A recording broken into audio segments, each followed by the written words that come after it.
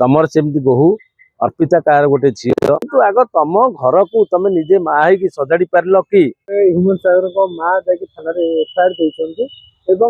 एत दिन पर कहीं 35-37 दिन पर आसी से थाना ह्यूमन सागर माने ये आसिक एफआईआर देते कहीं सर जो प्रश्न आपण मन से प्रश्न भी आम मन से प्रश्न भी ओडावासी मन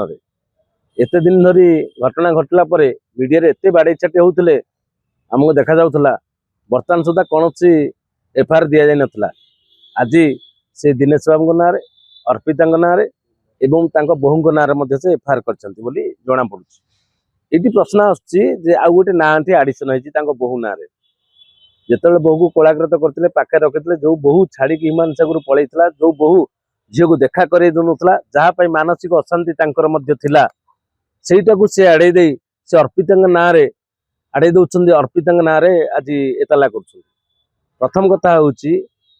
तमर सेमती बोहू अर्पिता कार गोटे झी एवं से ओडिशार मध्य एक सुनामधन्य कंठशिल्पी कौन माने विषय न जानी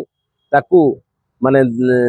माने व्यक्त करने उचित नुहे गोटे झीर चरित्रार्थ को न जानी ताकू ओडिशावासी आगरे मीडिया आगरे जरिया कहवा जी कहूँ से भावी से बोधे यहाँ कहवा उचित नुहे मुझे कहबी ना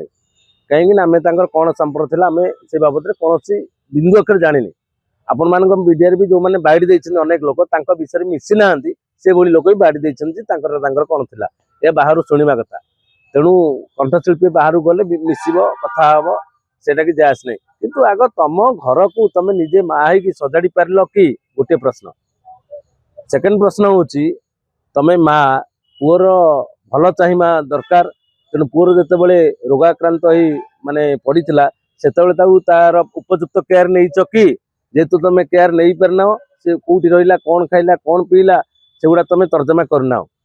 तृतीय कथा हूँ बोहू को पुओ बोहू जिते मनमालिन्य रुहे से माँ बापा कर्तव्य हूँ मिसेवा तुम माँ हिसाब से दायित्व बहन कर यहाँ तृतीय नंबर प्रश्न एत दिन पे बोहू ना पुणी एतला आणुच तेणु जिते बड़े बंची थिला बेले जहाँ सेवा शुश्रूषा करना जाई चलीगला एत कुंभीर कांदणार किसी माने ना यहाँ निजे निजे संभाली देवा उचित मुझे आउ कि कहबे ना गोटे मात्र प्रश्न 35 दिन पर माँ कहीं एफआईआर देले 12-13 दिन गला पर तो माँ एफआईआर सेटा तो मुझे कथा आपण मानक पचार आपण दुनिया भी पचारुची जे एत दिन गला कहीं देल से कथाटा चलीगलार 5 दिन 7 दिन 10 दिन 12 दिन पर दि जा पारता बर्तमान एत विलंबर कहीं एफआईआर से कहीं दि जा ना तापर कथा हूँ एफआईआर से जहाँ ना कहूला बर्तमान बोहू ना को तुम जॉइन कर यार कारण कौन होता पारे जो बोहू पुओ बोहू को जो घरे जार माँ जिते स्ट्रंग से परिवार से संतुलन ठीक रहा आपण जो घरे पचार दिखाँ समस्त घरे किसी ना कि अनेक माने अनेक घटना अच्छी जहाँ मीडिया सामना को आसुनी साधारण लोक समस्या जी अनेक प्रेम संपर्क रोचे क्या सहित संपर्क रोचे तथापि माँ बापा गाइड करके बोहू को निज पाखे रखी से तत्वावधान नहीं गाइड कर सी ह्यूमान माँ से कथा कहीं कर बोहू कहीं बापा घर पलैला से छुआ कहीं ह्यूमान सहित देखा कर कहीं मिसे देते जो न मिसापी मूल कारण हूँ मानसिक जंत्रणा हेतु तार एत घटना घटी से आलोड़न नौना गोटे कथा कहते गोटे आलिगेसन आनी मो पुओ देखा झील सहित कि स्त्री सहित से अर्पिता चौधरी आगधार गोटे सिंगर ना ओहो अर्पिता जो तुम घर को जाऊे खाया पीया को दौला रोला अर्पिता कथा से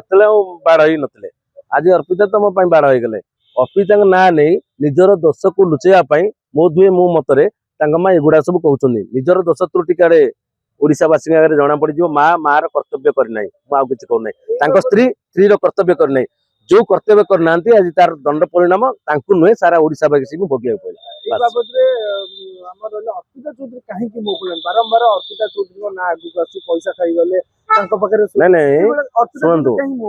से मुझे ना से कहीं मुह खोलुना शुणु समस्ते मीडिया आगे आसवा मुह खोलवा बारंबार कहवा समस्त हुए तो भल न लगी थी पारे झील नारी लज्जाशील हवा उचित सी बोधे से मान सम्मान जगिक बोधे मुह खोली न थी पारती मुह खोलना माने नुहे दोष रही जाए से कथा आम भाई उचित नुहे मुझे भी कहूँ आम जब संपूर्ण तदारख कराऊ अनुसंधान कराऊ पुलिस जरिए जारी कराऊ जदि दोष थाए से दंड पाइबे जदि कि दोष ना बिना दोष गोटे झीर चरित्र को चित्रण करवा यह बहुत बड़ा अपराध लगुच दिन ह्यूमन सागर ଏଇଭଳିଆ ମାନେ ନା ଆସିବ ଲୋକଙ୍କ ଲୋଚନକୁ ଆସିବ ଲୋକଙ୍କ ପାଖରେ ଶୁଣନ୍ତୁ